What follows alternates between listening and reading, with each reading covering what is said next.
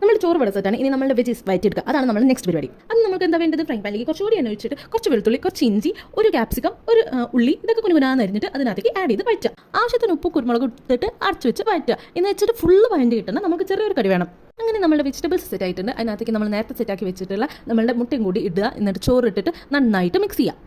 ഇപ്പം നിങ്ങളുടെ മനസ്സിൽ തോന്നുന്ന സംഭവം എന്താ ഞാൻ പറയട്ടെ? എനിക്കറിയാം നിങ്ങൾ വിചാരിക്കേണ്ടോ ഈ വീഡിയോനകത്ത് ഇവളീ പറഞ്ഞ സംഭവങ്ങളൊന്നും ആഡ് ചെയ്യുന്നത് കാണില്ലല്ലോ. എന്തുകൊണ്ട്? ഞാൻ ക്യാമറ ഓൺ ചെയ്യാൻ മറന്നുപോയത് കൊണ്ടാണ് ഗൈസ്. ഒരു ചെറിയ കയ്യബദ്ധം, നറ്റിക്കരുത്. കയ്യബദ്ധം ആർക്ക് വേണമെങ്കിലും സംഭവിക്കാമല്ലോ. അപ്പം നെക്സ്റ്റ് നമുക്ക് ഇതിനകത്ത് ചെയ്യേണ്ടത് എന്താ? ഒരു ടീസ്പൂൺ സോയാ സോസും കൂടി ചേർത്തിട്ട് നന്നായിട്ട് മിക്സ് ചെയ്ത് കുറച്ച് നേരം ഒന്ന് അടച്ചു വെച്ച് വേവിക്കാം. നമുക്ക് ഭംഗി കൂട്ടാൻ ഇതിനകത്തേക്ക് സ്പ്രിംഗ് അനിയൻസ് ഒക്കെ ആഡ് ചെയ്യാം. എനിക്ക് ഈ പറഞ്ഞ സാധനമൊന്നും കിട്ടാത്തതുകൊണ്ട് ഞാൻ അത് ആഡ് ചെയ്തിട്ടില്ല എന്നുള്ളൂ. നിങ്ങൾക്ക് കിട്ടിയ നിങ്ങൾ ആഡ് ചെയ്തോളൂ. അങ്ങനെ നമ്മളുടെ ഫ്രൈഡ് റൈസ് സെറ്റ് ആയിട്ടുണ്ട്. ഇനി നമുക്കിത് ചൂടോടെ ബൗളിലേക്ക് തട്ടി കൊടുക്കാം.